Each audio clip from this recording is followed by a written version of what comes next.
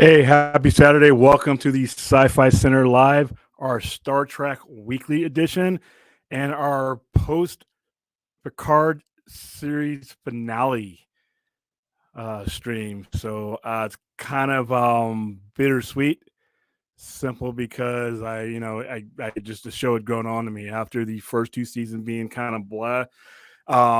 Season three was epic. Season three probably had some of the best Star Trek I've seen in a very long time.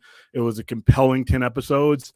I wish we could have gotten 26 back in the old days, but I know how immensely these shows are. So we got what we got, and like I said, like we discussed on the other night on Brian, who I'll bring up here in a second, Master of None's post show. Yeah, we all had checklists that we probably, our wish list. And it didn't hit them all, but man, the ones that it did hit, like for me, and I'll talk about this with our guest coming on. I don't cry. I don't really cry as an adult in movie theaters or TV shows in general. It's just something I don't do. I don't, I'm not making fun of anybody who does, but I just, after ET, I haven't cried at a movie since then. I just steeled myself. But I don't know, there were no tears, but there was a chill, a sensation up my spine when they approached the Enterprise G. I know everybody else kind of went gaga over the Enterprise D because of its history, but I kind of got attached to what the Titan meant, and for the Titan to kind of like being renamed that. And it was cool because, like I said, I reminded myself of every Star Trek introduction ship that I'd been there for. And this was probably one of the cooler ones for me. So let's get to our two sponsors. One of them is myself, and along with myself and Trauma Pictures, we are bringing you Tromania on May 12th and 13th, a weekend of all things trauma, including 3 Vegas premieres. 2 of them will be hashtag Shakespeare's Shitstorm, and the other one will be Eating Miss Campbell. We're going to try to get those directors on our overnight show because they are both independent directors, and we have a third guest that will have their movie on there as well. And the founder of Trauma Pictures, Lloyd Kaufman, will be here in Vegas with us, introducing these movies, signing autographs, signing merchandise, and just having a good old time in Vegas. And our other sponsor is appropriately Paramount Films, CBS Home Video, Star Trek Strange New Worlds Season 1 is on Blu-ray DVD right now. We've been giving these away, and I am going to be sending you your winners. You've already been notified for the most part. I'm waiting to send them all out at once because Paramount was supposed to send them out to you, but they didn't. They sent them to me. But you can get a brand new Blu-ray DVD, and like I said, here we go. Read my little tagline: Strange New Worlds is on Blu-ray, DVD, and limited edition Blu-ray Steelbook. Experience every episode like before with over 100 minutes of special features, including exclusive cast and crew interviews, a gag reel, deleted scenes, and more. On the Emmy-nominated first season of Star Trek Strange New Worlds from CBS and Paramount Home Entertainment today, limited edition 4K UHD Steelbook, available for pre-order now. That was a mouthful, and now I'm going to bring in my Star Trek wingman. And forgive him because he's wearing that atrocious hat again. So, but here It's you the go. only hat I had to buy that was somewhat nice. Okay. Yeah. Wherever you, I promise you, wherever you purchase that hat, it was sitting next to something better than. I mean, if you want to send me like a Raiders hat or something from how about a down Dodgers there, hat? Dodgers hat? No. You said Dodgers hat? I can send you a Dodgers hat. You'll wear it? No, you wouldn't watch it get destroyed on air. I mean, yeah, jeez. So as we await our guest, he is obviously this is going to be a busy night for him. He's probably on a couple of different streams. So, like I said, he let me know he's going to be a little bit late, but I'm still buzzing over staying up midnight like a complete and thorough geek watching this show and watching it live and watching it. I just don't get wowed by anything. I'm not jaded, but you watch so much of Star Trek and you watch so much of science fiction, you're like, okay, that was cool, but didn't get me. But this last 10 episodes, it got me. I really had a lot of fun. The last 2 episodes, especially. I mean, this season, it's changed a lot of my opinions on a lot of things. I never knew I could be so hooked on something. I never knew I wanted something so bad. I never knew until I came across this, and I was just like, from the jump, I was floored. Just for the episodes one. got better. Yeah, each episode got exactly. increasingly better. Each week it just kept getting better and better and better. And then last week, I mean, don't get me wrong, and like we talked after the show, and you brought it up a little bit earlier, I feel like, yes, after episode 9, we started kind of having in the back of our head a little checklist, like, what are we, okay, Yeah. all right. So we could possibly get this, or we could possibly get that. And my Deep Space Nine love and ass is like, you know, it just sucked that the Changeling got the whole Changeling plot line kind of got sucked out in airlock. Literally got sucked out of an airlock. Literally sucked out an airlock. I'm just happy that we got to be here for the ride, man. Yes, I was partially being facetious when I was being, slightly hyperbolic about wanting more and more, but I'm just glad that we got to see what we saw. I think. Listen. I think I said. I'm sure we're gonna get something, man. There's you just don't way. set up that sweet nectar, but then again, I watched the nightmare scene, and then I saw the opposite. So did they, and I think they don't. No production company is going to put their fans through that again. And like I said, there's just so much there. I think that there's a better chance that you will see a continuation of this new crew than you would see Academy, because Academy has just been announced. You can scrap that if you want to. You can delay that. How many times since the late 80s? So I mean, we're talking about writing off the original cast back then and doing a Starfleet Academy movie. Yeah, right around the time of Star Trek 5, possibly. Yeah, I think so. And you have this show here. You have the reaction. Let me go ahead and hit the chat while we have a chance, because once Rob gets here, it's going to be kind of chaotic. We'll have to turn the chat over to Stella so she can have a great stream. Apparently, Robert, Meyer, and myself share a birthday and me. I'll be watching the replay after work. No, stop hashtagging Star Trek Legacy. No more Legacy. No. You know what I think they should name it?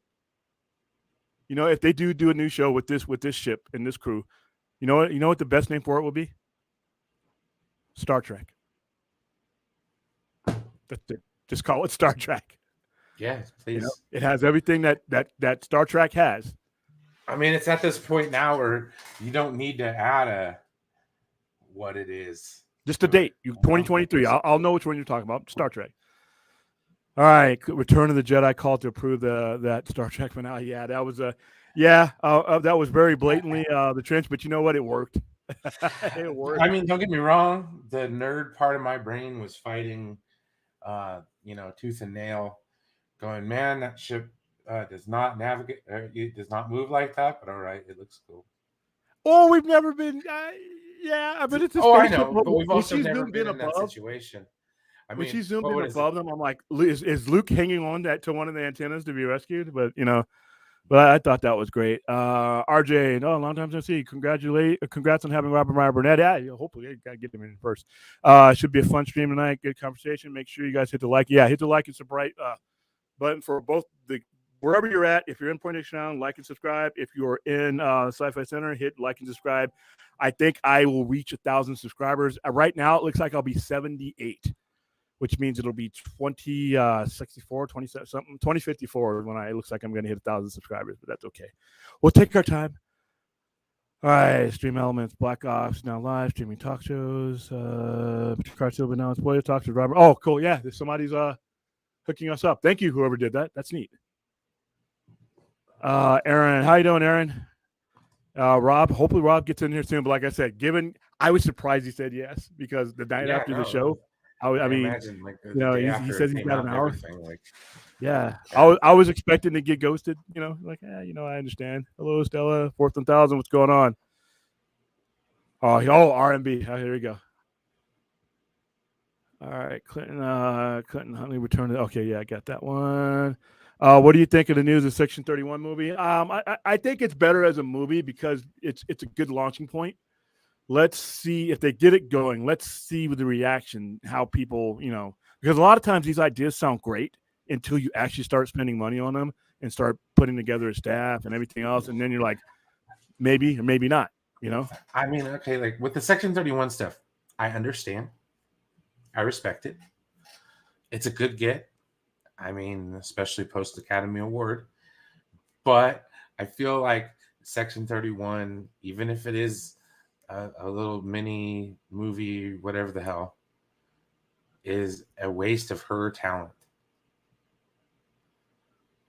There's a lot of I actors mean, that I would do this, honestly, like, you know. no, I get you, but okay, as a fan, I don't care for the Section 31 stuff. Okay, like especially setting Even as that a time. DS9 guy? If you're gonna give me Section 31, like I said the other night, I would prefer it be Alexander Siddig come back, Dr. Julian Bashir, Julian Bashir, you know, uh, he'd set up for that. He had the setup in that time period. He'd be perfect.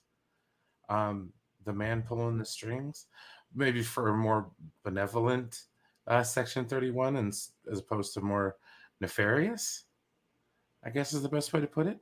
I'm open-minded to it, but I think there should be priorities. I don't mind there being a Section 31, but I think when you have something like what we just had in front of us, you just take the momentum and we can get around to Section 31. I mean, we're going to revisit it again because it appears like it's kind of like the CIA. It's kind of like it's interwoven into most of Trek. So it makes sense that we'll see it again. I'm on board with it, but like I said, you got the Enterprise crew. Jerry Ryan's not going to stay immortal forever. I mean, I'm assuming she'll age someday, so let's go ahead and get 7 years out of her. Listen to this. Weedus Christ. That's funny. That's funny. Me and William used to smoke Kush back in 1913. Oh, we don't. I don't smoke Kush at all. So I mean, but it must have been somebody that looked like somebody. But I think I know who this is. I think it's obvious who this is, and it's hilarious. But okay. All right. Yep. Jimbo's in here. All right. Would you rather see a Star Trek 4 with J.J. Abrams or a Section 31 movie? Here's the thing I'll answer this real quick and I'll hand it off to you, Brian. I will go with Star Trek 4 just to end the Kelvin timeline. Just to end the Kelvin timeline, put it into it. I don't want to see any more after the Kelvin. The Kelvin timeline got us back into Trek, got the layman back into Trek or into Trek at all. And I think it served its purpose. And I want that to end. So I would take Star Trek. It's over already. Just let it fade off into obscurity. Well, technically, it still exists. I mean, I think, and plus, like I said, I like I think the first one was great. I mean, if you're gonna do here's the deal. Here we go. So we're bringing back Michelle Yeoh for Section 31. Michelle Yeoh's character passed away in the pilot or in the original first episode of Star Trek Discovery. Okay, all right, and so that this iteration of the character is already from a different universe. So now, if we were to do like a flashpoint for Star Trek in that general vicinity and time period, where some of that stuff with they might line up Kelvin timeline wise. So yeah, no, just anything to put an end to it. I don't know, man. Yeah, I would rather see Star Trek 4 end it. Yeah, I don't know how to feel about it. Yeah, I would like to see them finish the story, especially like I said when they started these Star Wars movie or when they started these Star Trek, the J.J. Abrams movies, Trek wasn't in the best of places. So if you told me back in 2009 that we would be sitting on what we're sitting on now, I would have laughed at you, because back in the mid 2000s, it was like, my goodness, will we ever get? And it was a legit question that I would ask other Trek heads. Are we ever going to get Star Trek back on TV again? And it was a serious question that I had to contemplate. And none of us had a clear, positive answer in that particular time. And it wasn't until Abrams came through and broke through. And like I said, there's a lot of people that can have varying opinions about what the quality or where it went. But I don't think too many people can have any argument about the effectiveness of what it did. So just on that basis alone, and now that we are in this modern era of Star Trek, I would like to see that merged and ended, and that storyline done and used in a way to help what we're doing now, because it's part of Trek, it's part of Trek lore, and I want to consolidate Trek lore right now while we're on a high point, and before we can start doing a lot of these other things. But like I said, this particular series, there was a lot of I haven't even watched the Easter egg special yet, because I know there's usually just guys out there, but I guess there were so many. There's a lot of guys that are like, ooh. But as you can see, there are spoiler alerts on the bottom, and the title was spoiler talk. So if you have not watched Star Trek Picard Season 3, Episode 10, The Last Generation, the series finale right now, and you don't want us to spoil it for you, please leave now. Watch it. Because I'm about to. Seeing Q at the end. I didn't dislike his ending last year. I thought it was kind of cool. But there were so many questions, and now I truly understand what he is. Remember when Jack asked, "Hey, I thought you were dead." He's like, "Oh, you humans are so cute. You think of things so linear," and I'm like, he's basically like a Kang. He's always going to be there. Oh yeah, that version of Q is attached to our linear Jean-Luc Picard, but at some point in time, he's visited Jack. He's all places at all times. Because he's like Doctor Who. He's made stops throughout linear time that there's really no way to know when he's going to die. That Q died. But this Q, young Q, so it makes sense that, and I'm sorry you don't bring in John Delancey to make that introduction like that. All I need right now is the name. What are you going to name this new show? Yeah, I've given you guys an idea. Star Trek. Just call it Star Trek. Star Trek 2025 or whenever you release it. All right. Thoughts on Jerry Ryan has been retweeting a lot of tweets of people advocating for Star Trek Legacy, even a petition. That's cute. I think she knows. I think she knows. Obviously, they can't say anything. I mean, I think that they're listen, I could be 100% wrong. Could be 100% wrong. I could look like a fool, which is I'm wearing a Shazam shirt sitting in the middle of a comic book store. So that's not really hard for me. But I think they've already got the wheels in motion. I think they're dotting their I's and crossing their T's. And at their panel at Comic-Con, because I guess Comic-Con is like where everything just has to be released instead of a Star Trek convention or YouTube. But there's Star Trek convention here in Vegas, which would be cool. I think I might be there. Or Comic-Con, they're going to make an announcement. And you know how I would do it?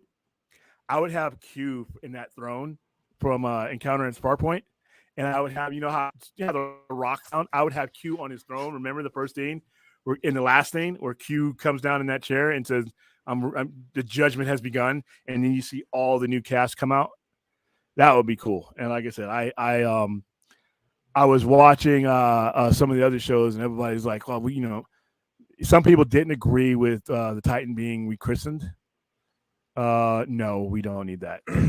I'm just saying we need Elnor back. Yeah, is he alive? Can we get a slot from my man's Elnor? Where was it? Did Elnor get off the Excelsior? We saw the Excelsior up in smoke. I think he was on the Excelsior. Oh, shit. I mean, obviously, if you don't want someone dead, let's that doesn't pour one out for our man's, Elnor. Poor guy. But there's no such thing. I watched Q pretty much go away and say he was dead. So, and here he is back. I mean, everybody can come back. It's like comic book. There's no such thing as dying for real. You can always, in time travel, obviously, Tasha Yar, I watched Tasha Yar get killed in the lamest way possible. And she probably came back and had more of an impact, with her kid and, during the whole show, Team Elnor. That's hilarious. That's right. I loved when he would start killing people and they would take it off camera. Please, brother, choose to live. And you just hear him cutting people up. But no, I enjoyed the episode. I want that ship. I already got a ship builder building that ship for me with the NCC 1701G on it. So I'll have that in here in my Star Trek section. Yeah, I'm going to hang it because I'm going to have them all. Eventually in my Star Trek section. And it's going to be from NX-01 all the way to the G. What was that last one, Stella? Can you bring that back up real quick? I like how they alluded to Jack changing the name. Did they? Did that? I missed that. Did they? I'd like him to be known as Picard, but I mean, I don't think they did that. Are you talking about the nepotism? I wasn't paying attention. I'm sorry, I have to rewatch that bit. Are you talking about the nepotism comment? Because she's an Admiral Crusher too. So no, they're talking about like the name part of it, but I don't know if he. factually changed his name from Picard to, from Crusher to Picard. I don't think that happened. That would be cool if they did a Picard on the Enterprise, and then you basically have a 95-year-old adopting his 25-year-old son or a 30-year-old son. But no, I really like him. I want to see more of him. He grew on me. He grew on me just like Shaw did. But now I understand why Shaw had to go. Even though you could have made an argument, either way. Because I like Shaw and I like his sense of humor. When he's like, "Hey, we have to go back. We have to go back to Starfleet or wherever we were about to go." It's like, "You mean go right back to where we are?" And he just said it like as a matter of fact, or that he was always needing him, or people know who his parents are. Yeah, and then the whole nepotism thing. But remember, he got into Starfleet and made it through in a year because guess what? All the old people are dead. They killed a lot of old senior officers. They don't have any veterans. Yeah. So everybody on that ship, I mean, 7 of 9 hasn't been a Starfleet officer that long, and she's a captain now. And you have Roppy with her history. She's the first officer now. You have Ensign Crusher. You have another Ensign Crusher. If he keeps his name, it's another Ensign Crusher on the bridge, or whatever his new role is. So yeah, I really enjoyed all the nods. Yeah, I mean, I would have done it differently. I would have given 2 hours. I would have given 2 hours. I would have put Guinan in there because I really wanted to see Guinan. I really enjoyed Guinan's character her entire time. I did not enjoy season 2 Guinan, that whole replacement young Guinan thing. That just didn't resonate with me. Like I guess it resonated with other people. I wanted to see Whoopi, and when he came on The View and invited her back and she accepted, I thought for sure we were going to see her. That was last year.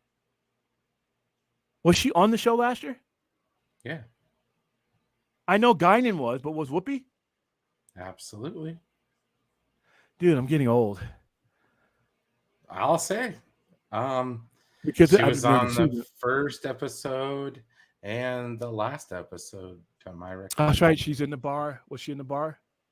Mm-hmm. I'll have to watch. I was going to try not to Picard on his little mission. That's right. I was going to try not to rewatch season 2 again because I liked certain parts of season 2, but for the most part, I really didn't like season 2. Season 1 was all right. Me remember, man. That's not cool. What? I tried to block out that season.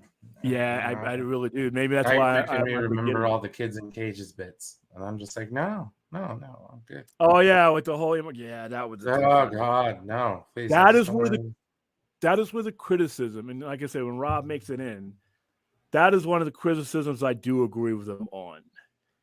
They got real heavy-handed about that shit, and it was unnecessary. And I understand it was time travel.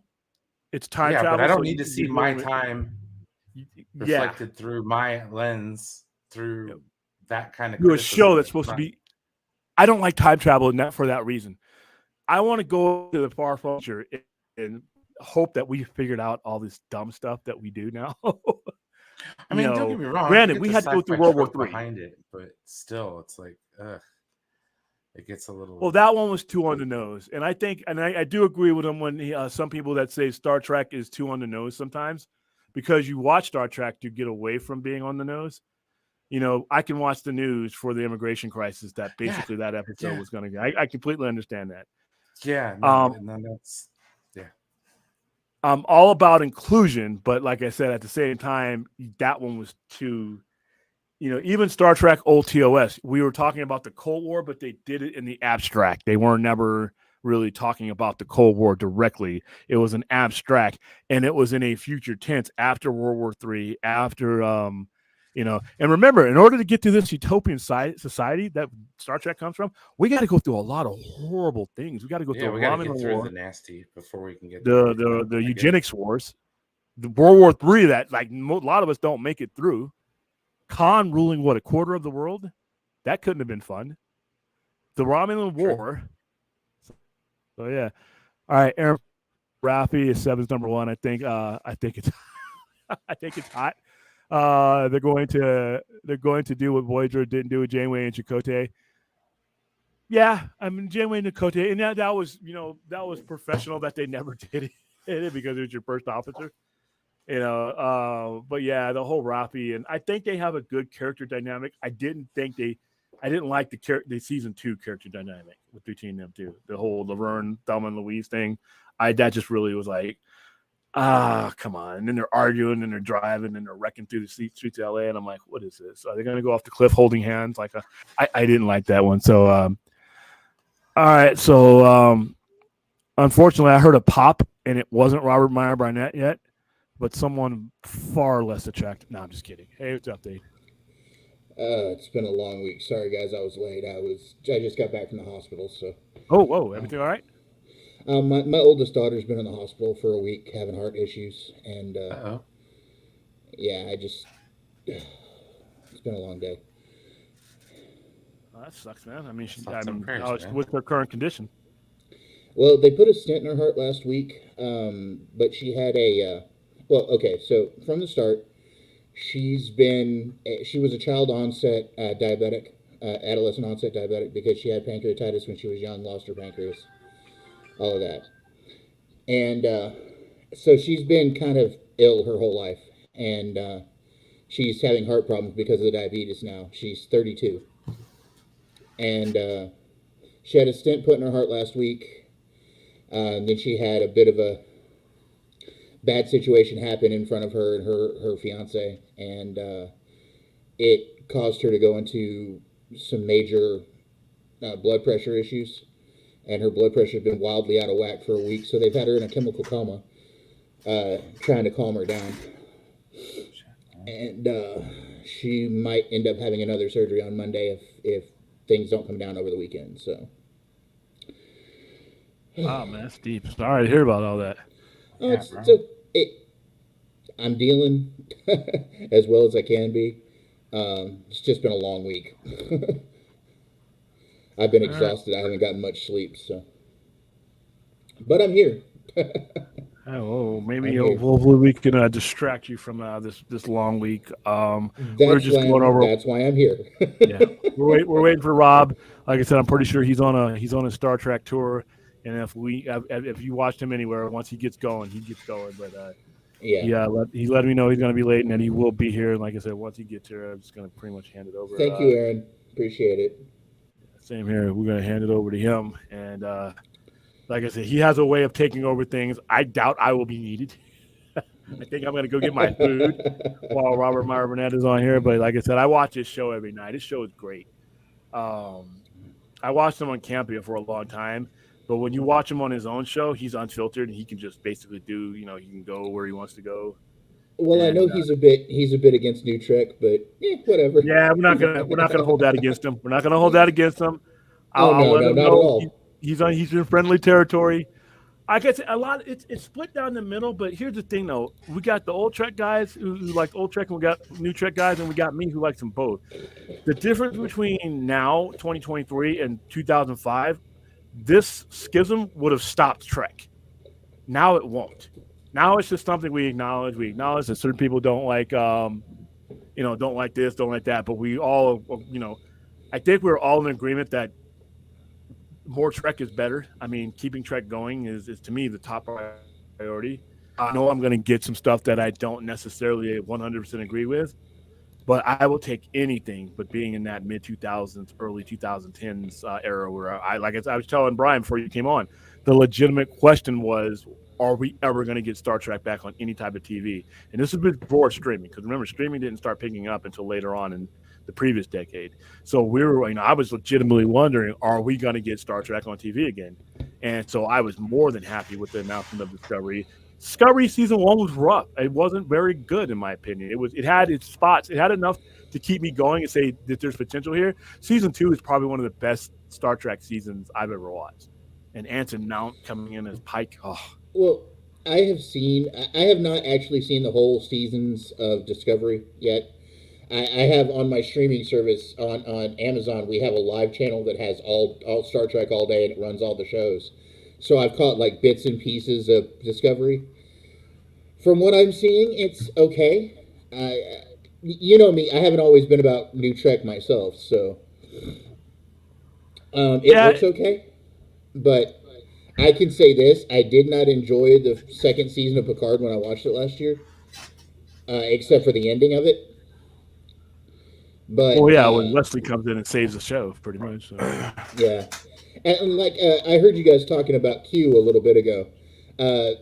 Yeah, exactly. The Q is like Kang. He's not got a set time period. He's a being that can be at any time, at any any moment. So him dying is not really a retcon. I heard some people saying this week that they retcon Q's death. It's not really a retcon.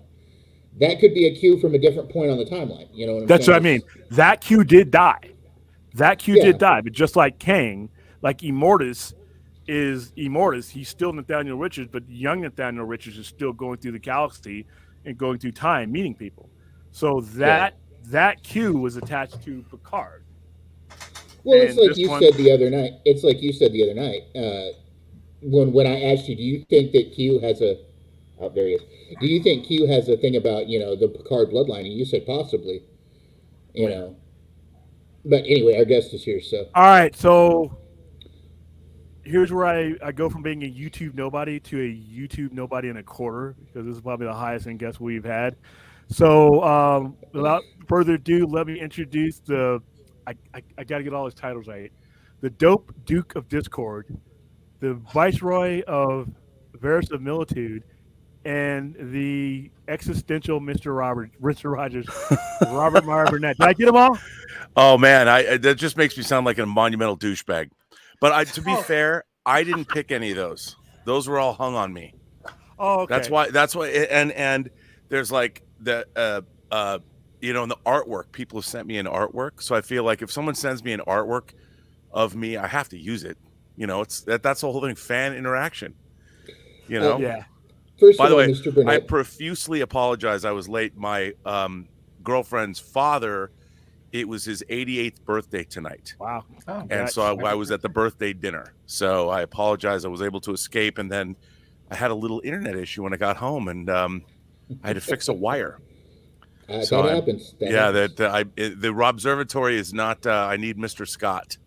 He would fix things better than I can. At least you don't have or Geordie LaForge, either one. Or Geordie, yes, or Geordie. Okay, so I got to let you know outright. I've been in your chat for a while, and I'm always in there. I'm a lover of New Trek. I know. I think we're in the same wheelhouse. We're both Generation Xers, right? Yes. Okay, so I started watching it at 5. You mentioned it at night, so I'm not holding it against you. I still love you, but to me, it's a soft spot in my heart. I'm enjoying all the Trek that I have right now. The only show that that's totally fair. I would never tell you shouldn't enjoy something. But yeah, never. I would never ride. do that. Exactly. It's a fun ride. Yeah, I mean, look, because I might dislike something, you have to always be aware that Star Trek is going to be 57 years old this year. Yeah. And most of the people that I stream with, I mean, I wasn't even born when Star Trek went on the air. And what's really interesting is, when I first started watching Star Trek as a little kid, Star Wars didn't exist. And for the first 20 years of Star Trek's existence, from 1980 or 1966 to 21 years to 1987, the only Star Trek that existed were the 79 episodes of the original series and the 22 episodes of the animated series. And that was it. So, for my entire adolescence and teenage years, that was the only Star Trek there was. And to me, that's why I love the original series so much. I grew up with it. And what I think people don't, it's hard to explain to people. There are two things I was trying to explain to people. One, how the world before Star Wars was very different. When Star Wars came out across movie screens everywhere, there was nothing in the history of Hollywood that was remotely like it.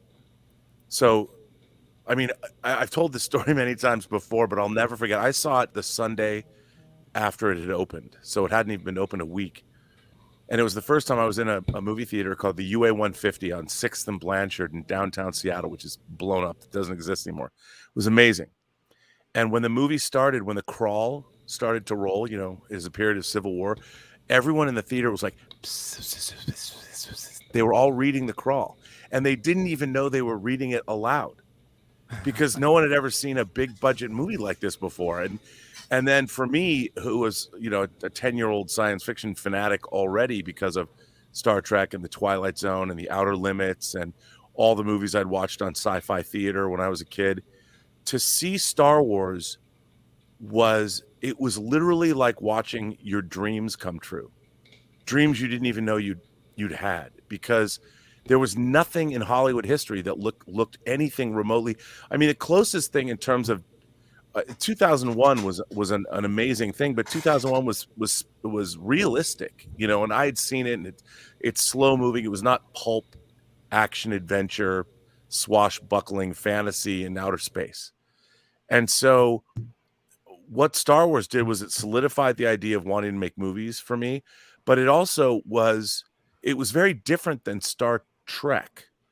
And in my mind, they both sort of fed off one another. Like, there was no, in my mind, I would never think, well, what do you like better, Star Trek or Star Wars? And it wasn't like that, because they existed in two different spaces. You can like both, because they're not. Yeah, they're I mean, not in the same because universe. they, aside from taking place in space, they bared very little resemblance to one another.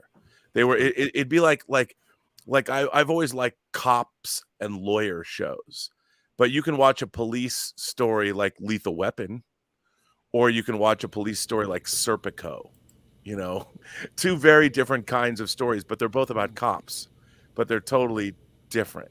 And so Star Trek and Star Wars, both of them in tandem. And then 2 years after Star Wars came out, Star Trek the Motion Picture came out. And what was so amazing about that was no one, I mean, there had been TV shows made from movies before, you know, MASH, The Paper Chase, things that I had seen, but nothing on the scale that Star Trek the Motion Picture was on.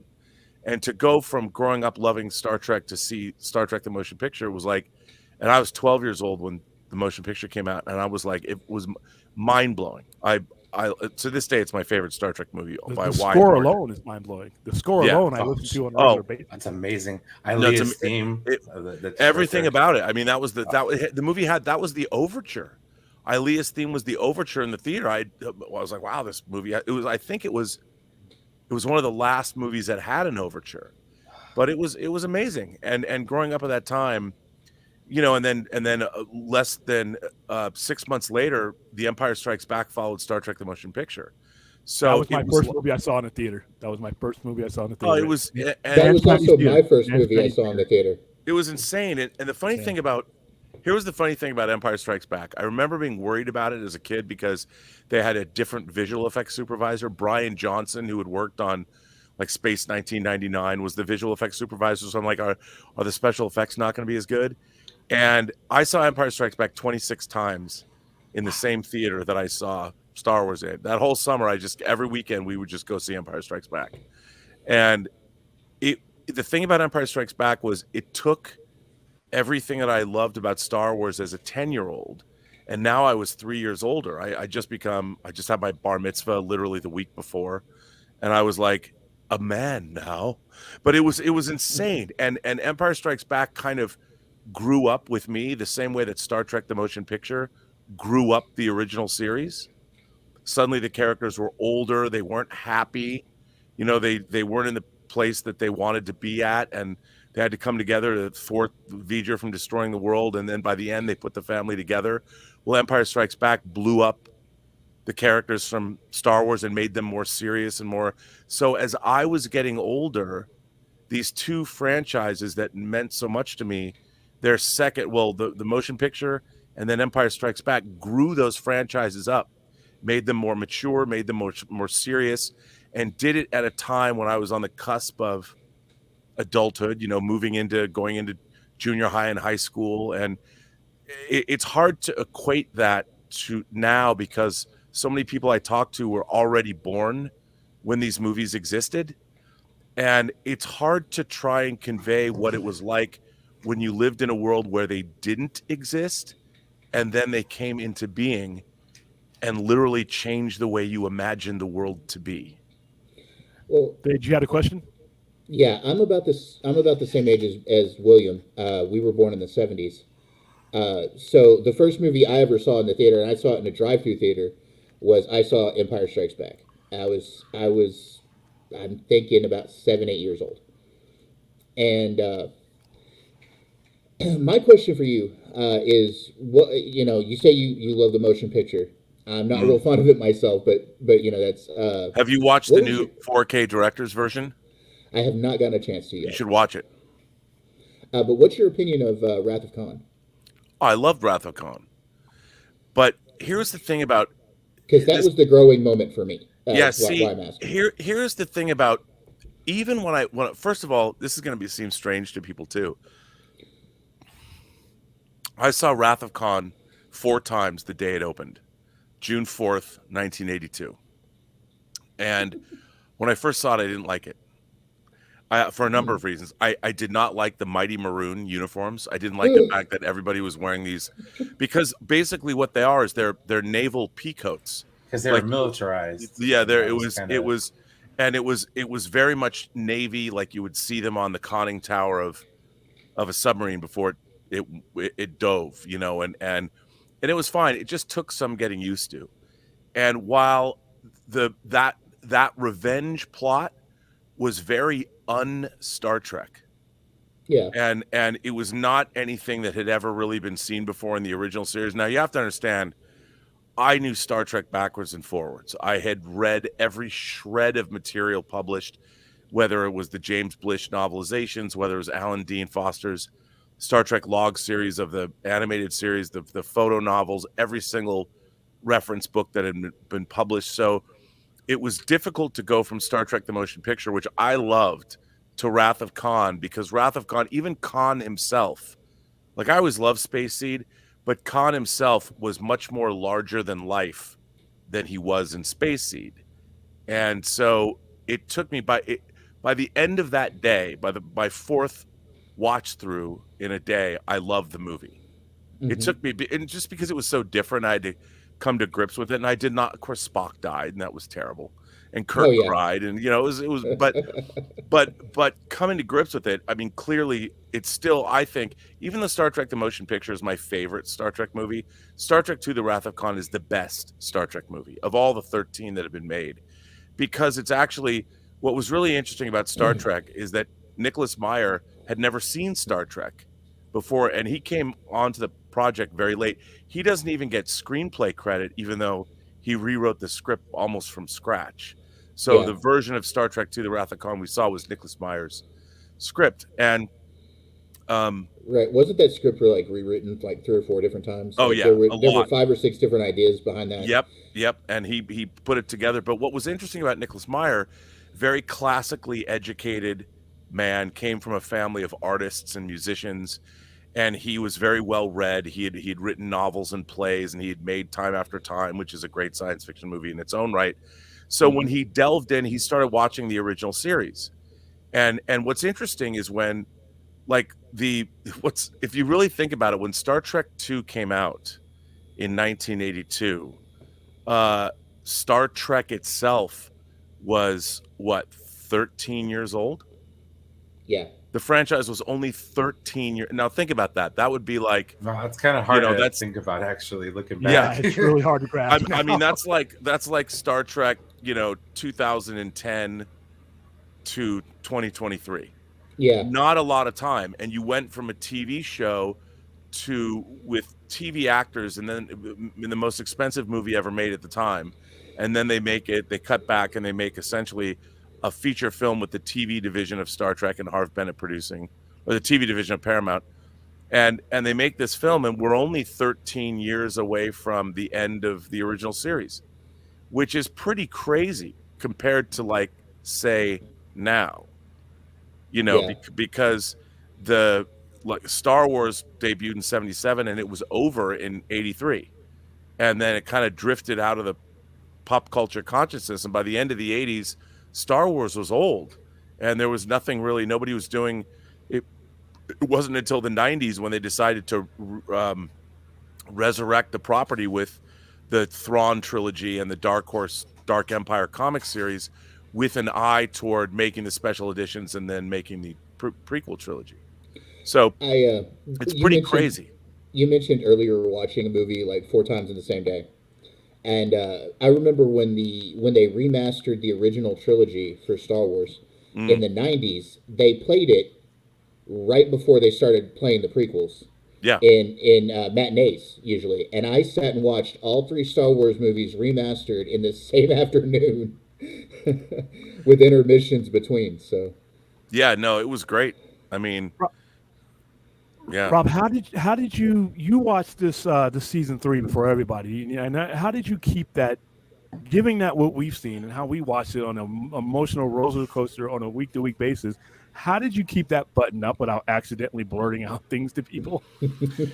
Well, it's funny because like on the John Campy show, everyone made fun of me and said I spoiled everything. But so when I first saw Picard season 3, I saw it in 2 chunks. I saw the first 5 episodes and then the final 5 episodes over 2 weekends back to back.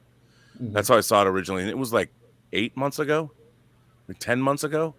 And I enjoyed it so much that I wasn't going to say shit to anybody because I didn't want to like when I was watching it, like when I got to episode 5 and Ro Laren showed up and I was like, I was so blown away by that because, you know, I spent 3 years of my life making documentaries about the Next Generation for the Blu-rays in 2012, 13, and 14.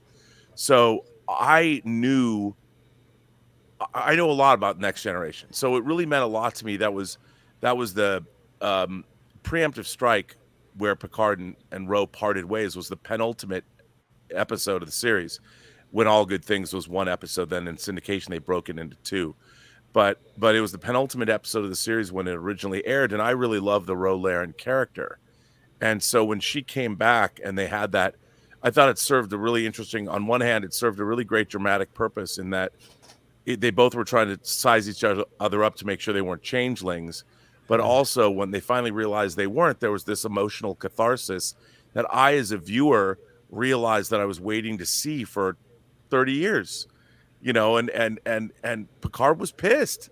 You know, he'd been carrying around this anger, like, you betrayed me. I was your mentor. You know, I took you under my wing when other people wouldn't, and you betrayed me. And I love the fact that one of the things I loved about Picard season 3, it's funny. I see that there's 2 tracks of people. There are the people that like Picard season 3, and then the people that don't. And the people that really like Picard season 3 are responding to the characters and emotions of it all. And the Ro Laren Picard scene is one of the reasons I love Picard season 3, is you're really delving into the idea of canonically, what a great scene. You know, you're dealing with the ramifications and actions of something that happened 30 years ago.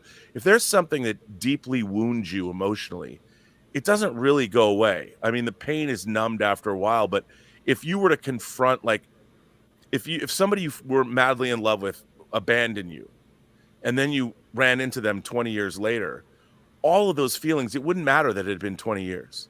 All those feelings would come back. Yeah, it would seem like yesterday. And that was something I thought Picard season 2 did really well. Picard season 3, pardon me, did really, really well, in that all the emotional character beats felt very real to me. And while you could say that, yeah, it was Star Trek's greatest hits, and there was a lot of questions you might have because of its breakneck pace. There's a lot of details they sort of glossed over. But for me, what was so great about the show was that it was emotionally truthful to the characters. And I really liked that. Oh, yeah. And that's what I thought was the best part about it. I mean, yeah, there's this great big techno thriller plot, but for me, it all kind of worked because, you know, the fact that the Borg Queen is essentially a woman that got wronged. Poor girl. You know, I had no sympathy for her. Ran out on twice. I know. I mean, it's just the bill. And then her whole civilization or whatever was wiped out. Thanks, Janeway. So that was the Borg Queen that Janeway wiped out, right? That Janeway took. Yeah. That was Alice Creek. A quick question for you, Rob. So now I'm going to go through my gamut of emotions of growing up as a Star Trek fan and having seen each of these ships come through. So obviously, I wasn't born when I got used to the original one. I got that in repeats. And then when I first saw in the movies the Star Trek, the motion pictures, the refit, and that was cool. Right. And then at the end of Star Trek 4, we see the rebuilt Yorktown turn into that. Each of these Star Trek shows, and then when I saw Next Generation, and so on. Enterprise. Each Star Trek ship I just saw and it was introduced, and I accepted the fact that that was Enterprise. The reason why this one, and maybe I'm just in my own headspace, the reason why seeing the Enterprise G drove me near tears, because I don't cry, drove me near to the point where that kind of emotion was because of what that ship had gone through. Through the 10 episodes, I was attached to that ship and its crew, and it was the first time I saw a ship earn the name Enterprise, ascend to the legend. And I thought that was something I had never seen in my time on the planet. What did you feel when you saw the G? It's a really great it's a really great, I think that's a really great point, because here's the thing. Obviously, people have said, they've made the point, like the Enterprise is a flagship, and the Neo Constitution class is not a big ship like the Enterprise F was. I would assume the Enterprise F was destroyed with what happened, but I think you're right. I mean, when I say it didn't bother me that it's a little bit of a stretch, I thought, but because of Star Trek 4, it didn't bother me that much, that they changed it. For me, it just all worked because it seemed correct. It honored the entire legacy of Star Trek. So, yeah. I loved it. And now when we get to the ending, now I made a bet with these guys that, and I timestamped it. We can come back on the right after the show that we're gonna find out that the wheels are for something in the future are turning a lot faster and a lot more than we think, because of the way they built these things up. They invested a lot. They paid a lot of attention to detail. Q coming in at the end, basically being that Picard's Q for that attachment to him. The development of the ship, the characters, that's just not something you do to just leave it. I mean, what do you think as far as the future of the Enterprise G crew? Well, I mean, obviously, we would love it. I would love it to see. I'm very impressed, despite what people say on Twitter and all that. I'm very impressed by Terry Matalas, and I'm very impressed by his writing staff. The people that I got to talk to, whether it was Sean Tretta or Matt Okamura or Christopher Monfett and Terry, they had all worked together previously. And what I really liked about Picard was it seemed of a piece. Like, it was conceived very quickly to be a certain thing. They wanted it to be a certain thing, and they executed on it. And I think that they succeeded in doing what they wanted to do. The problem is that Picard was a show that was in a cul-de-sac dead end, in that there was no future there. That show was designed to run 3 seasons, and Alex Kurtzman went off to make Man Who Fell to Earth. Akiva Goldsman went to do Strange New Worlds, and Michael Chabon left the Trek franchise. So they needed somebody to step in to do Picard. There was never a thought that anything that happened with Picard season 3 was going to go somewhere. It was just going to end what they were. Picard was a thing unto itself, and it was ending. So there was no potentiality for a new series in anyone's mind, in Bad Robots. I mean, in a Secret Hideout's mind. So there was no. It's not like Terry was. There was even an opportunity for him to do something, but the fact that they baked that in a potential new series, that was very intentional. I mean, Terry obviously left us in a place. I would love to see the further adventures of the Enterprise G with Seven of Nine and Raffi and Jack Crusher and I love the bridge crew. I love that bridge crew. I've gone through a lot with them. I just can't. Yeah, and you really like, but yeah, and so like here's the thing. I'm a big Star Trek novel fan, and over the last 20 years, they had a post-Dominion War continuity that was really closely adhered to by a number of different writers. So, and there was, 50, 60 books that covered all of this over the last 20 years. And it was really tightly constructed and really, really interesting. I think that, here, by the way. Oh, there's if you've read like David Mack's Destiny trilogy, which is about the origins of the Borg and 7,000 Borg cubes decimated the Alpha Quadrant and all that. I mean, there's so much good stuff in those books that I would love to see. It shows that a post Dominion War continuity is very viable, jumping around, like whether you saw Ezri Dax as captain of the Aventine, or you go back to the rebuilt Deep Space Nine because it was blown up and they redesigned it.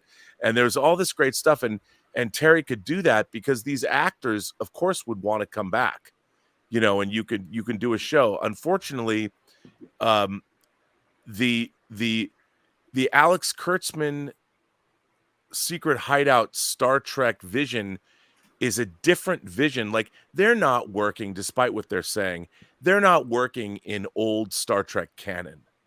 They're creating their own new thing, and they don't even know how to define it. If they had just come out and said, we're rebooting Star Trek, this is in a different universe, like Battlestar Galactica is, it's just new Star Trek, I think a lot of people, they could have alleviated a lot of the fan pushback that they've been getting.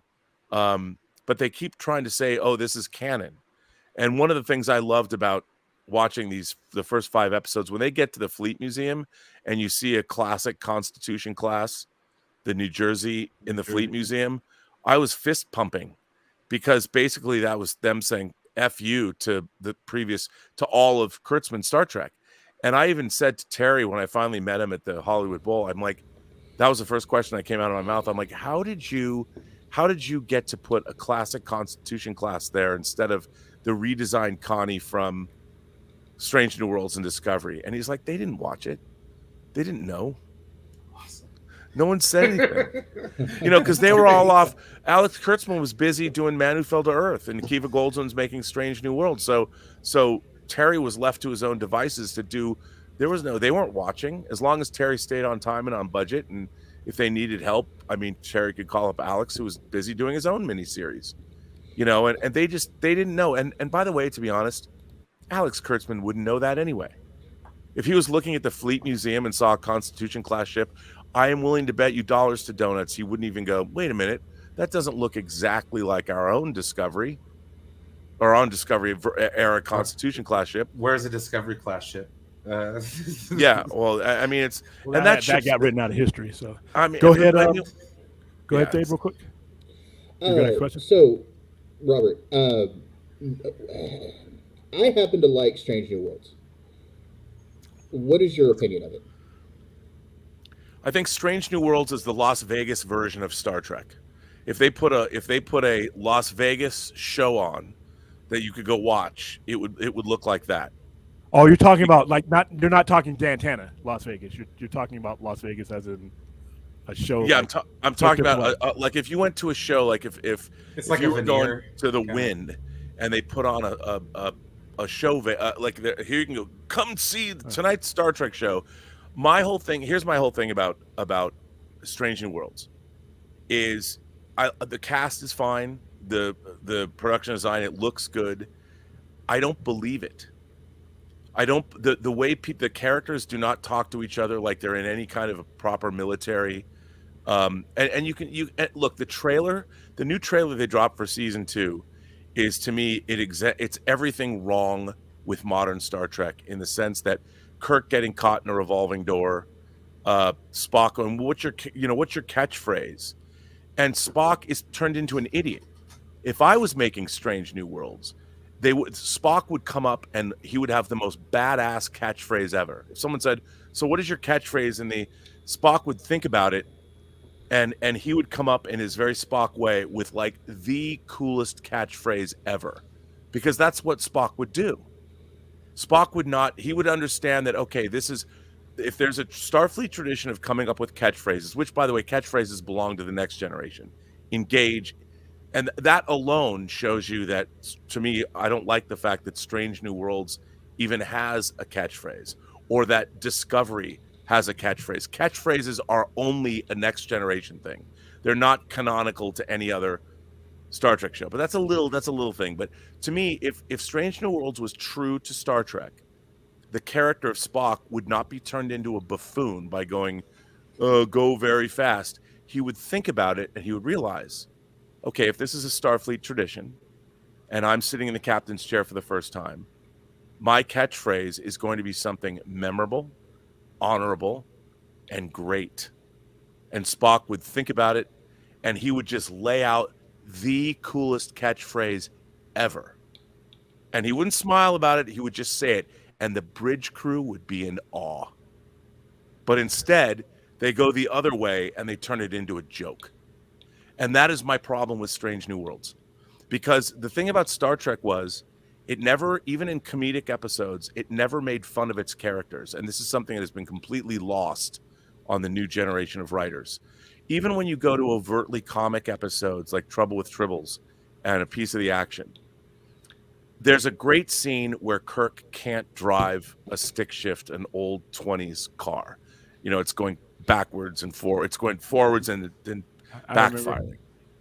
You know, and finally Kirk's like, he can't get it. And Spock turns to him and says something to the effect of, "You are an excellent starship commander, but as a taxi driver, you leave much to be desired."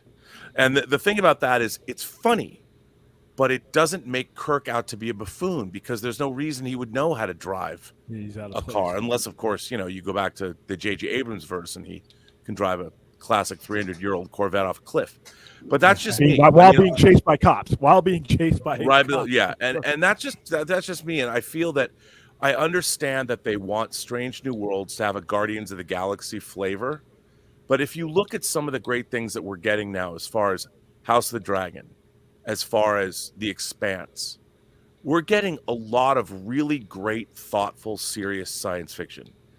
And I feel that modern Star Trek, whether it's Discovery or Picard, the humor and all of that is very contemporary, and it's very strange. They want Strange New Worlds to be Guardians of the Galaxy, just like they wanted Star Trek 09 to be Star Wars. And the thing is, though, that said, there is stuff about Strange New Worlds that I like. You know, they're trying the episodic stuff. I just don't believe that. I don't see a believable future military. I mean, they don't even talk to each other on the bridge. They're way too overly familiar with each other, and that's what bothers me. I don't believe it. I want to believe it, like using first names. Yeah, all of that. And it's like when everyone's talking to each other on the bridge, I'm like, guys, you can't. No one is this familiar. If there's no military discipline, when they're in a crisis, that ship would get destroyed. You know, there's a reason why military discipline is military discipline. There's a reason why you have to go through Starfleet Academy. You know, you can't just be like hanging out on a ship and expect to get things done. And I think a lot of this has to do with the fact that very few people, like the people that worked on Star Trek originally, most of them had a military background because of World War II. Certainly Roddenberry did. Including Gene Roddenberry. Jeffries, yeah. and everybody. He was a pilot. He'd been shot down twice. Scotty yeah, was on James D-Day. Doohan was missing fingers because of D-Day.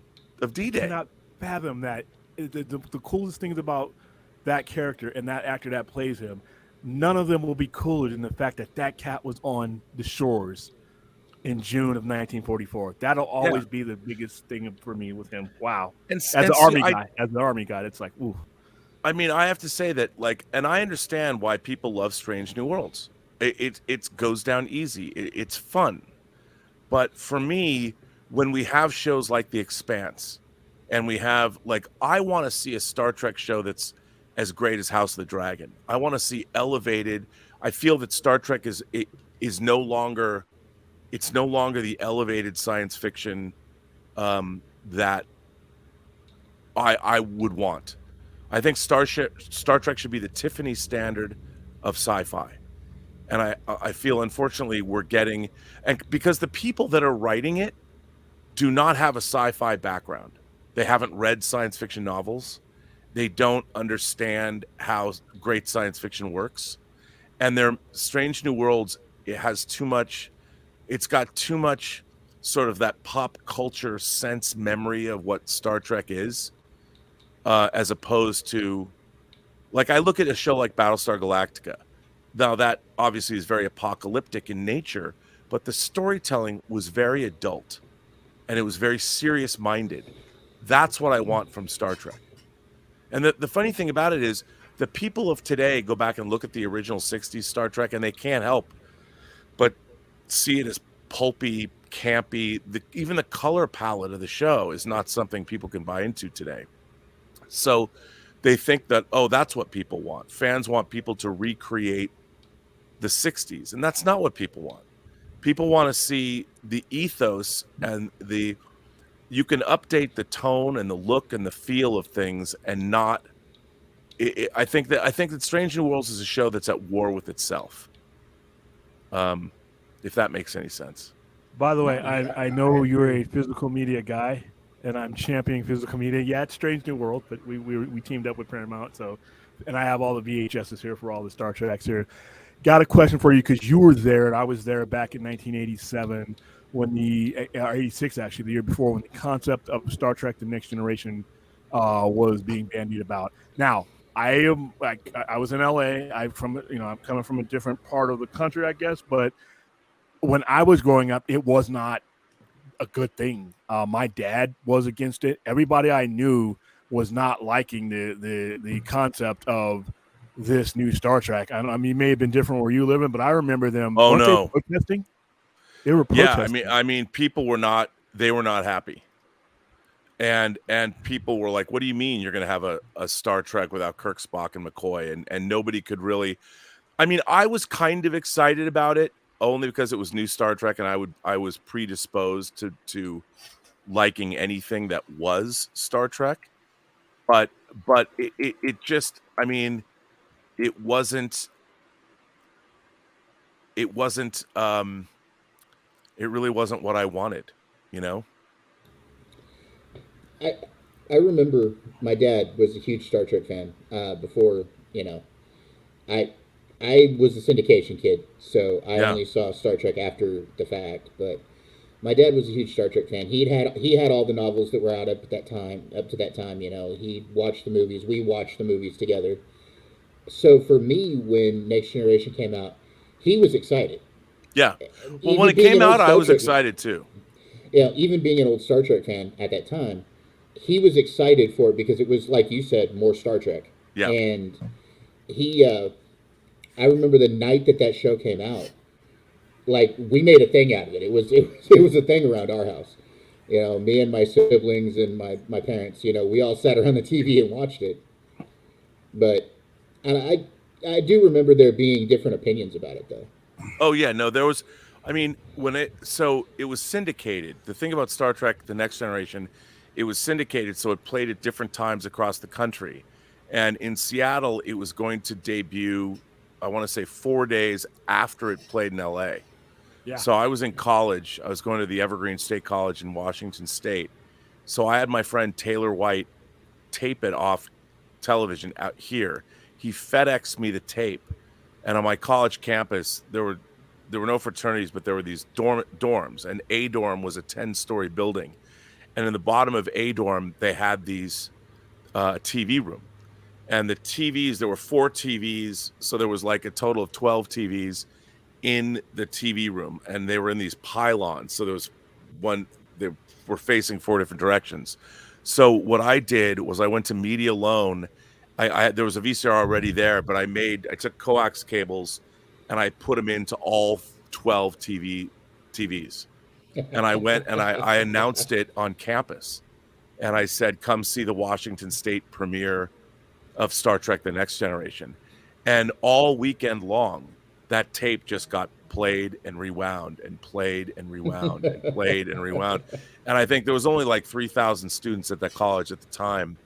This was in 87. And I think virtually everybody at the school at one point or another came by and watched the pilot, watched Encounter at Farpoint. Yeah. Now, I remember in Starlog magazine, they talked about, there were letters in Starlog that were like, oh no, this can't be done. We don't want it, blah, blah, blah, blah, blah. Yeah. So, people were, and it was rough. I mean, the first season of The Next Generation is really stilted. And I there's a few great episodes. First two seasons. Yeah.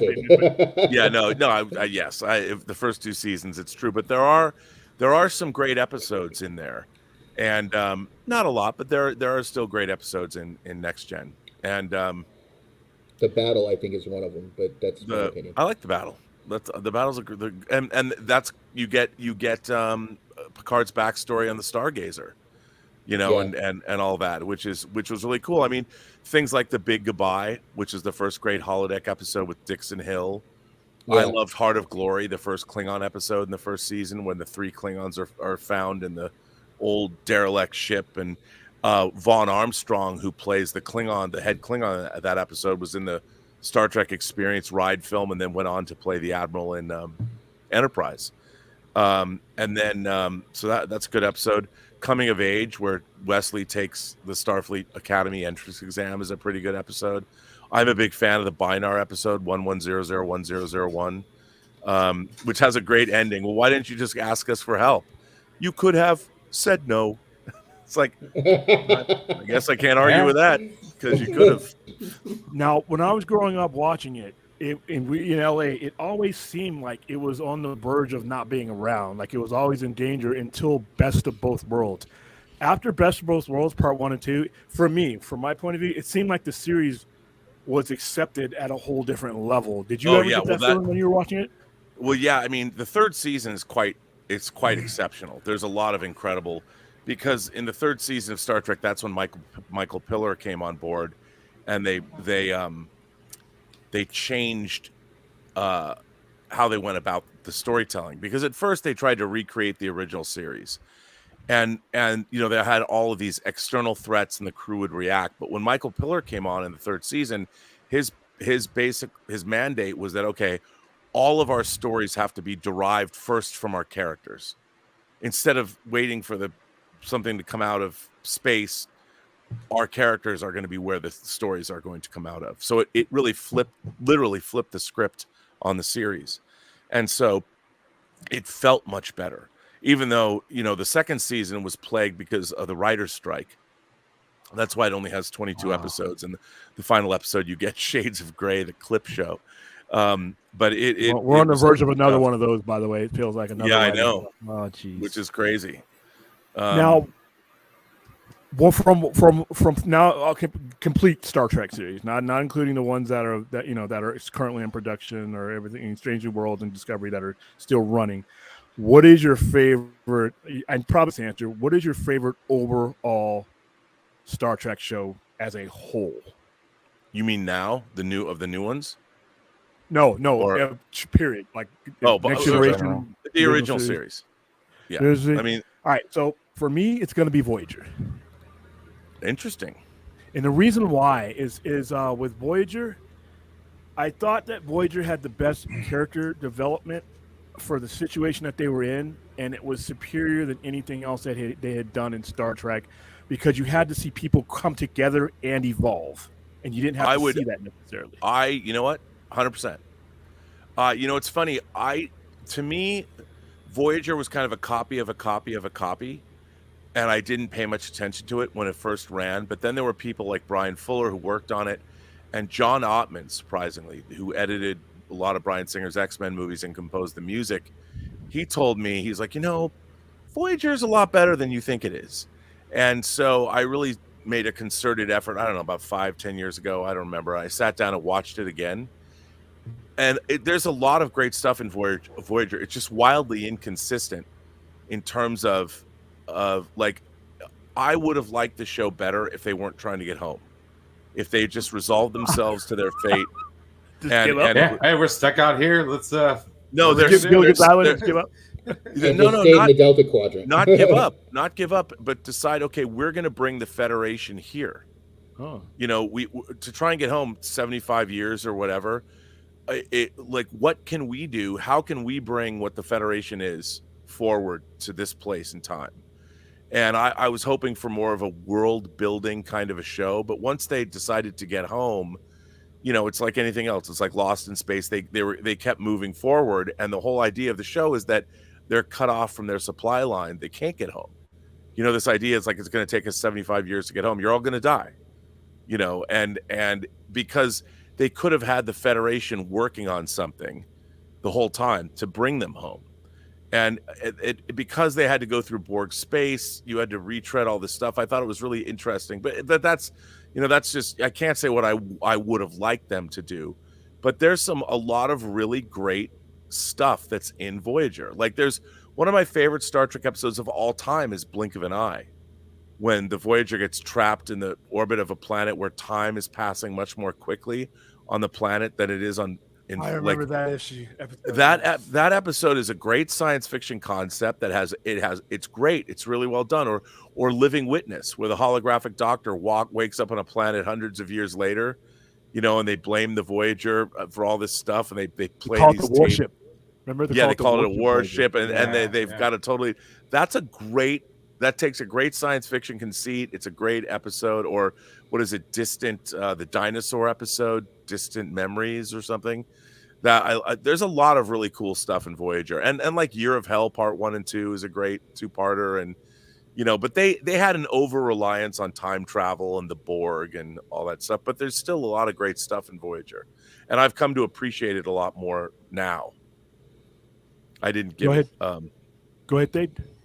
Mr. Burnett, what is your opinion on the show Enterprise? Because that's one of my favorite shows. I worked on the documentaries for that. The thing about Enterprise was it was the most messed around with by the network. Yeah. And there's, again, Enterprise has some really great stuff in it. Again, one of my favorite Star Trek episodes is a second season Enterprise episode called Cogenitor, which, the Enterprise is exploring the sun.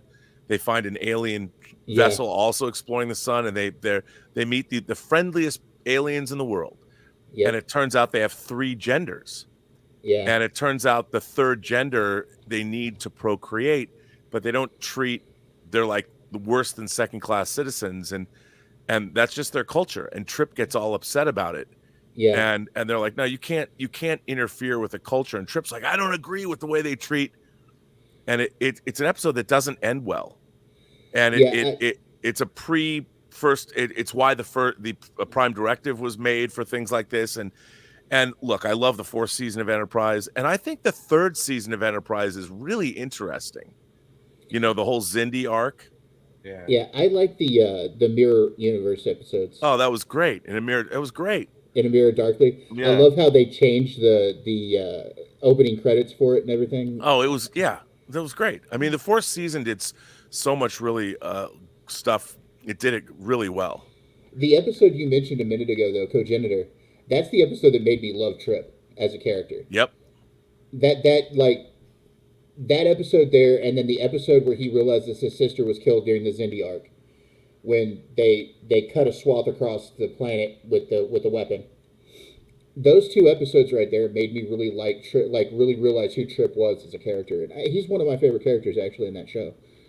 Oh, he's they were great. When we were doing the Blu-rays, we did all the documentaries for Enterprise as well, and so we sat down with all of them, and they were great. We did a round table where we brought them all back. Even Jolene came back, and it was really like the characters, really like the people that made the show, but the network constantly were giving them notes and made them change things around. The original conception for Enterprise was the first season was going to be entirely set on Earth, and it would have ended with the Enterprise, the NX-01 being launched, and the network, and they were going to deal with all the political intrigue and the Vulcans pushing back, and how we want to get out from under your thumb. And I think it would have been a really interesting show politically, but the network's like, nope, you have to put the Enterprise in space immediately.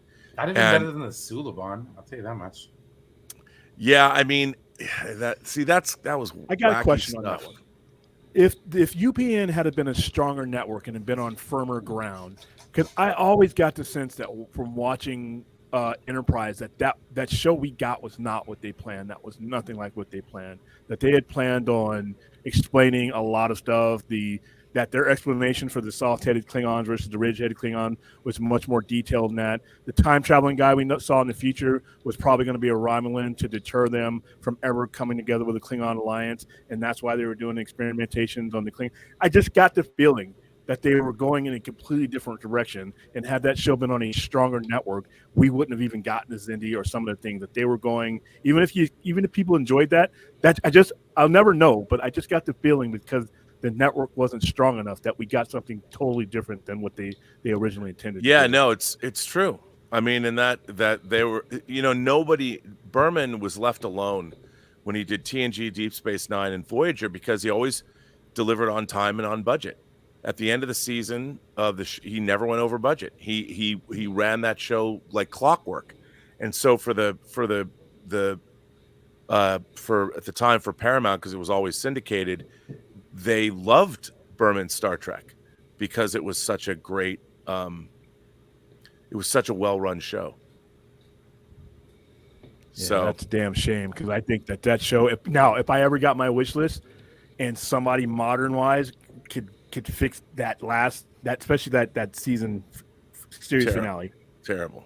I mean, although Picard kind of made that moot.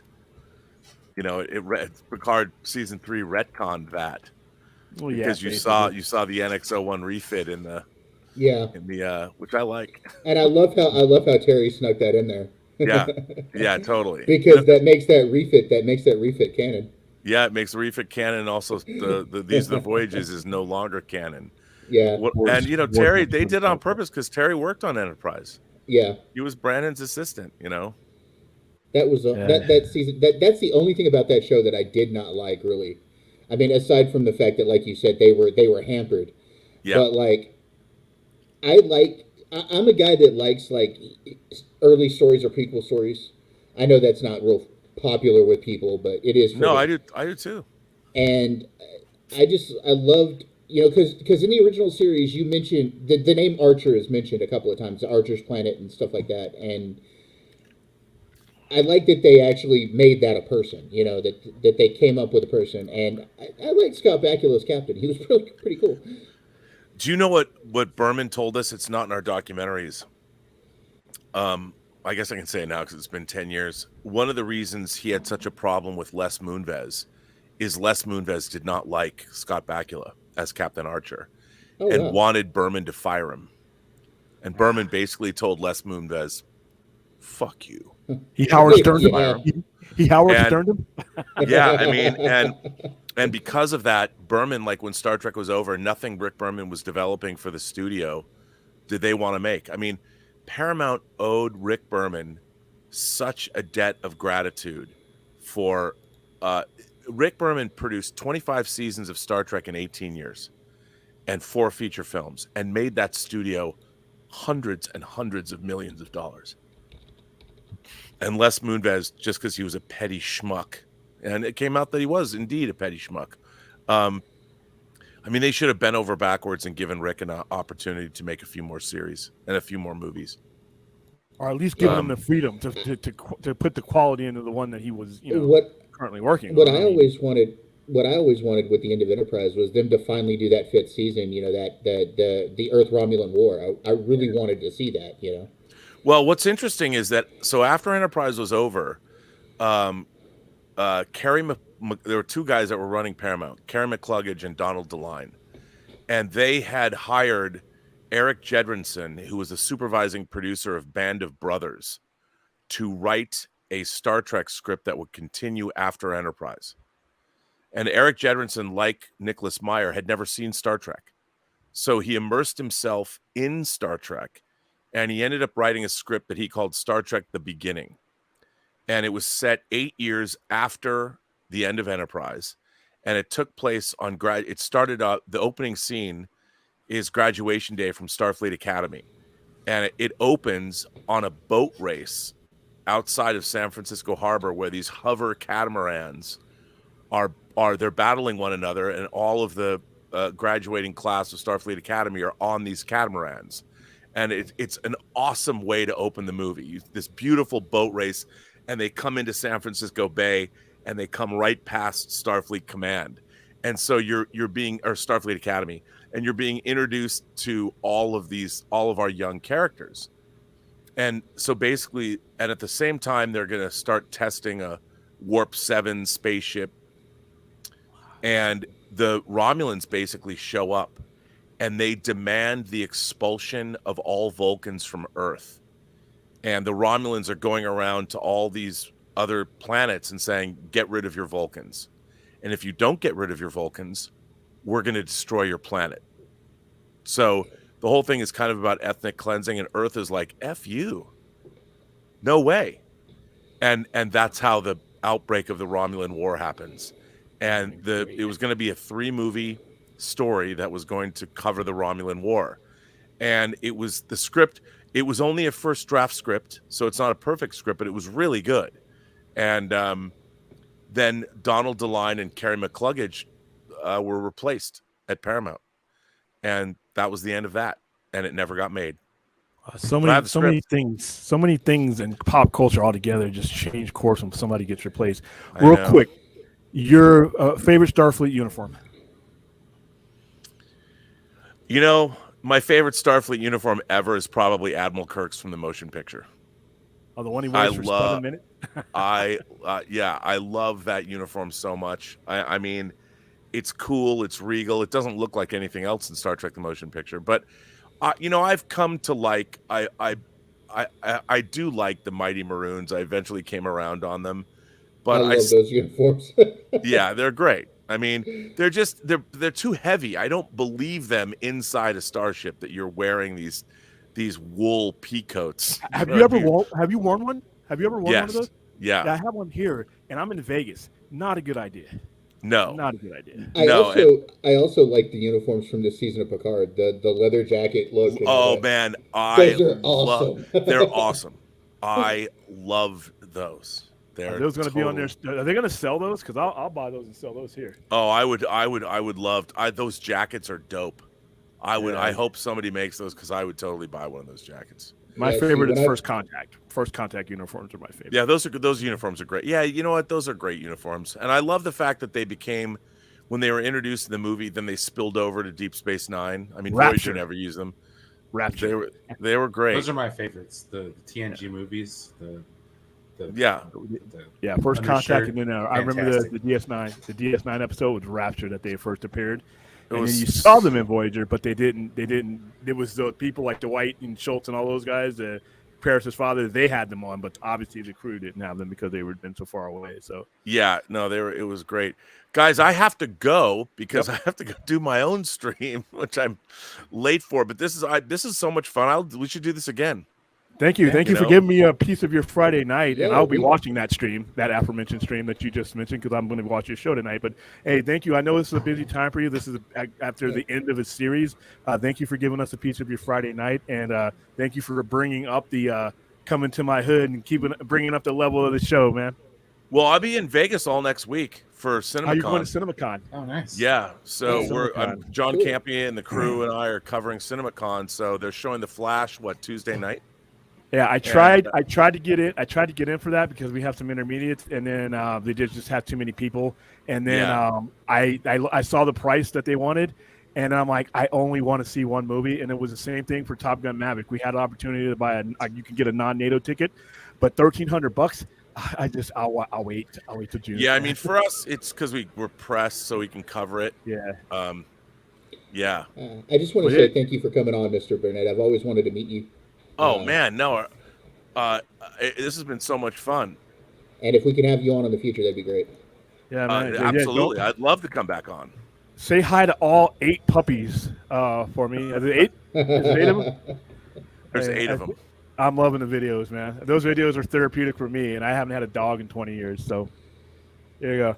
All right, guys. Yeah. Where can they find you? Robert Meyer? You can find me on my Burnett, the Stella Burnett actually work.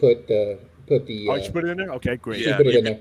The Burnett work on YouTube. Then I'm on RM Burnett on Instagram and Burnett RM on Twitter. So find me there. Robert Meyer Burnett, thank you. And hopefully, maybe I'll run into you in Vegas sometime. But until then, try to enjoy some new Trek for me. No, I'm just kidding. I will. All right, man. All right, thanks a lot, man. I'll see you later. All right, thank you. All right, guys. That was fun. It was fun for him. But like I said, that's the highest end guest I've had since I've had my own, show that I've hosted my own. Up in the world, man. Yeah, man. He came to Summit with us. We're important now. So, and he says he'll come back. So that's good. Yeah, hopefully it's after they announce Enterprise the Enterprise G, which I think should be named Star Trek. Just Star Trek 2025 Star Trek. No legacy. Stop it with the legacy stuff. No legacy. Just Star Trek. So that was pretty cool. Like I said, sorry I wasn't I didn't engage the chat too much, but we only have a guy like that on very rarely. So you guys got anything you want to add? Nah, I'm gonna get running. That would be cool. I gotta if you get to visit bed. I gotta work tomorrow. All right, man. I gotta go get something to eat. I was gonna eat at Sister Kim's, but I didn't. I want to leave. Good night, Brian. Robert Meyer. So, Have a good night. all right, guys. I will see you later, Brian, and Thad, I will see you on the overnighter tomorrow. Everybody, if we did not get to your comments and everything else, and if you want us to get to them, leave something in the leave a question or comment in the comment section, and I'll do my best to answer them. Either William will answer it or I will. Yeah, one of us will answer it. And like I said, who knows? Robert Meyer, Burnett might answer it. All right, we will see you tomorrow night. We got a very full show tomorrow night, Saturday Open Nighter. I will not miss it. I missed last week, and that kind of hurt my soul. So I will see you guys tomorrow night, 9:30 p.m. Pacific time.